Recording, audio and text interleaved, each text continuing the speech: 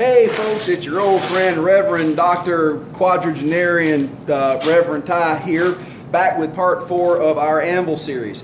So guys, this is kind of going to wrap it up. If you're a beginner, if you watch this little particular series, it should give you a really good base for finding the anvil that you need. And this video is really going to tie up a lot of this stuff, and I really want to drive some points home. I say this to my beginners, and I say this with all respect. One of the problems with the beginners is the guys get the blinders on. So if you see an anvil and you kind of get the dry hump for that anvil, there is nothing I can do to help you. However, if you are in fact looking for the best way for the most bang for your buck, I can help you there. But if you are absolutely hooked that you've got to have a real old anvil, then this video is not for you. Okay, so couple points I want to go over to finish all this up. One, orders of preference. Now guys, I cannot account for the enumeratous situations that you're going to have. If you're going through Barnes daily and you're just looking for that anvil or that little old lady that's going to give it to you for 10 bucks, I can't account for that. What I'm assuming is that the vast majority of you are starting out. Maybe you're young, maybe you're in college, maybe you're just broke as hell. So my job is to give you the best advice and to make sure and steer you to where you're going to have the most bang for your buck. And there's an order of preference going up in costs. Okay, let's start this out. First and foremost, the first thing that you want, the best thing that you want, is going to be your anvil-shaped object. Okay, that is a piece of steel from a machine shop or a junkyard that is heavy enough to do the work that you want. I say it is number one on your list, A, because of cost and versatility. We're going to get to costs in just a second, but let's go with versatility. This is a 2-inch block of steel. You can buy this bad boy and you can buy a sizable block. I mean, they usually come not this small. Usually the problem is finding a piece that's small enough for you to use. For little or nothing, even if you go to the welding shop, you can have a piece of round stock, 1-inch, 2-inch welded to the front. There's your horn. If you don't like it because it doesn't have the taper, take a grinder to it. If you need a hardy hole, you can even weld up a small box on the back of it and you have a ready-made hardy hole that actually fits a specific size hardy that, guess what, you can acquire very easily. So as far as versatility and getting you started in durability, you cannot beat this, period. As a professional, I'm telling you that in my shop, I don't go hunting for another anvil. I collect anvils. The only reason, the only way God kept me honest was the fact that I cannot run with an anvil, but I got a hell of a duck walk, I promise you. But if I go looking to do specific work and really need a tool to make money, this is what I go to. So take it that seriously. Second, an old anvil. An older anvil, the benefits of it is the fact that you may be able to get it for little or nothing if somebody you know has one. That is a point, because there's sometimes you can still find these in an old barn or an old garage. If you can find one and they're for sale, they're getting pricey. We'll talk about that in just a second. They're most likely going to be damaged, which is going to limit their functionality. And these things do take damage. Depending on the flavor that you get, it may be in workable shape.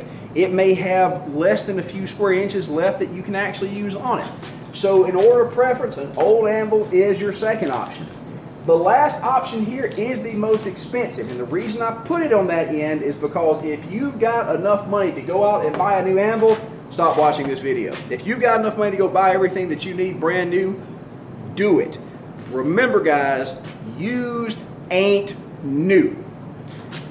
Prices. Now this is something I want to drive home, and is the reason that I've set this up in order. I'm going to start from the back.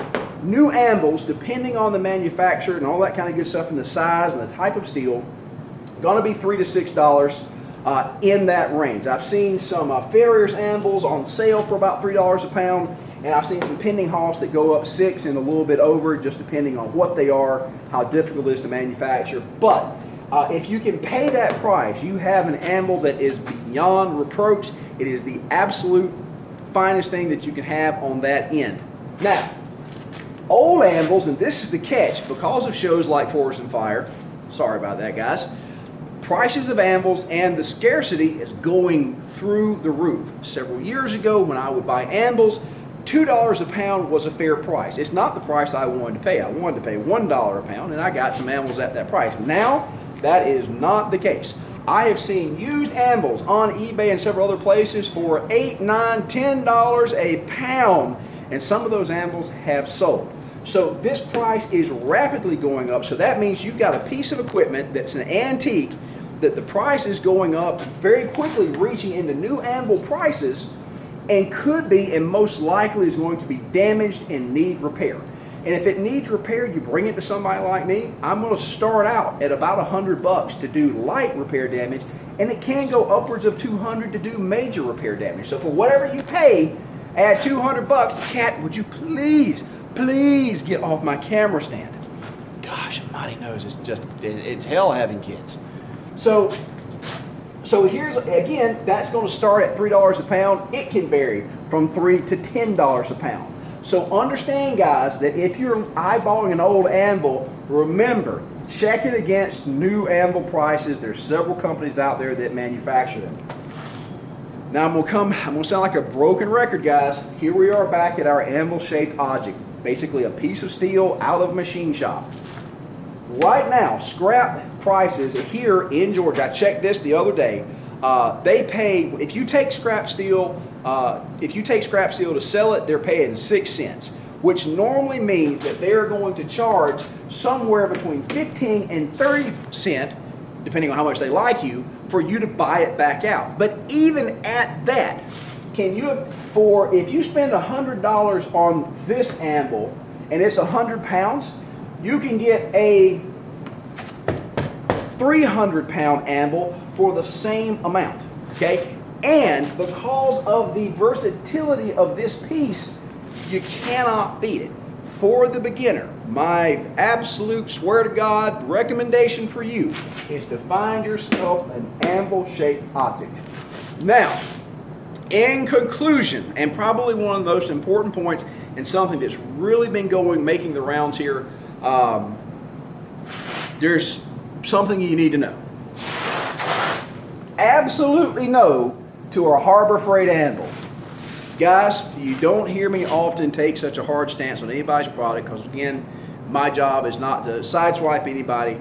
But as a beginner, if you spend what little money you have on a Harbor Freight anvil, you might as well just go pee that out in the woods, because a Harbor Freight anvil is of such terrible quality.